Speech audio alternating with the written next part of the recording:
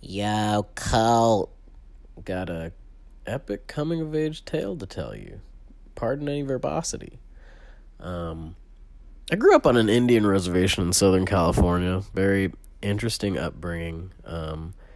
But pro wrestling was the way that I interacted and related with a lot of my cousins. We would go to my cousin Tyler's house to watch all the pay-per-views.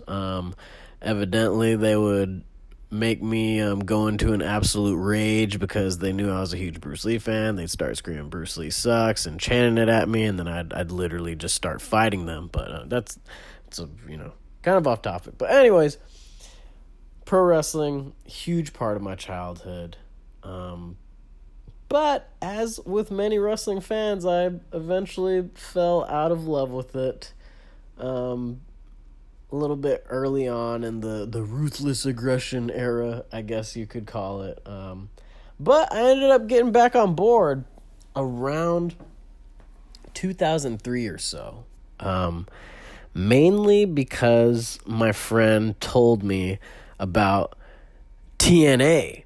And I grew to love performers like Low Key, AJ Styles, Christopher Daniels, Samoa Joe, and the High Impact, pardon the pun, wrestling style just completely arrested my attention. So I go scouring the internet looking for any matches involving these guys that I can find.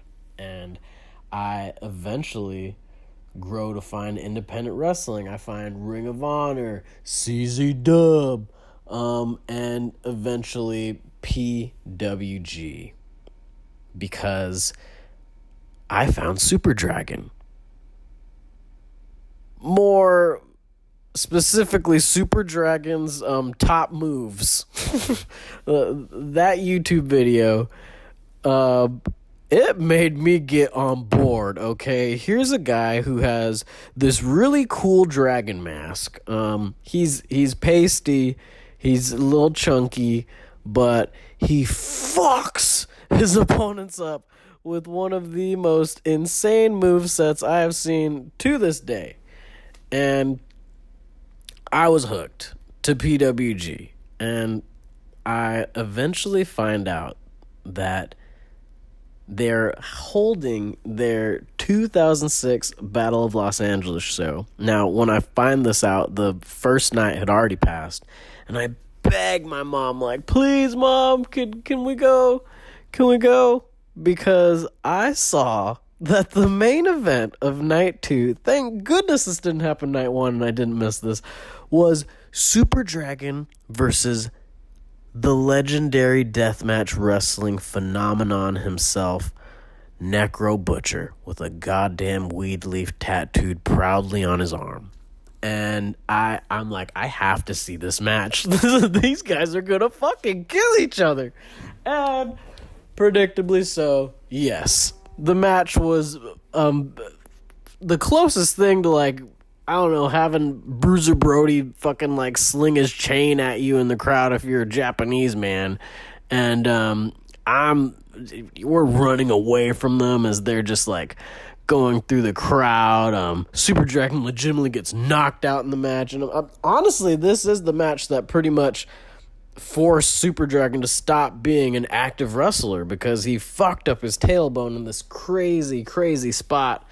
But anyways, fast forwarding, I become hooked on PWG. Anytime my mom can take me and my friends, we go. And deep into the point where I'm like, I didn't get my driver's license, admittedly, until I was like 18 years old. So my mom was taking me and my buddies there a little longer than I'd like to admit. But fast forward again, I'm in college in San Diego, and I'm roommates with my buddy Anthony, who actually was there with me at that first PWG show. And we go to PWG shows as much as we can ourselves, and we take my buddy Alex and we all just take a road trip from San Diego to PWG, and we at this point are 21 years old, legal to drink and get those fabled pitchers of beer, cheap pitchers of beer from American Legion Post in Reseda, and it's time. We're gonna fucking rage. But the pregame for us involved copious amounts of cannabis. Yes, we as with many 21-year-olds in San Diego, were huge potheads. So we smoked weed before we even left for Reseda. We smoked weed in the car. We smoked weed in the parking lot. We smoked so much weed, we got to the show like a little bit late, to be honest, to the point where there was standing room only. And beforehand, we got ourselves a copious amount of In-N-Out In-N-Out.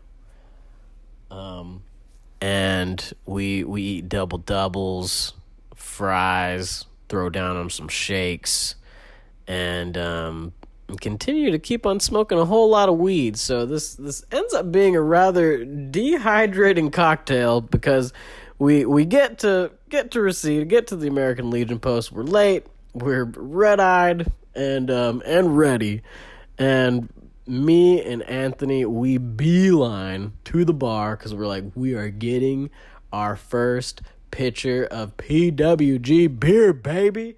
So we're excited. But Alex, he's debilitatingly stoned. He kind of just like he mumbles to me like, and he kind of just walks off, and then I see him crouched down, and just like, he looks like he's in a bad way a bit, but I'm not really thinking too much of it. It is really, really hot there in Reseda. There's a lot of bodies in there. So I continue to watch the match that was at hand. It was Davey Richards versus Johnny Gargano from, I believe, night 1 of PWG's All-Star Weekend 10. So I actually can even provide an effing timestamp for when this moment happened. It was caught on camera, hard cam, at about 43 minutes into the show. If you go onto the High Spots Network, you can find it on over there, baby.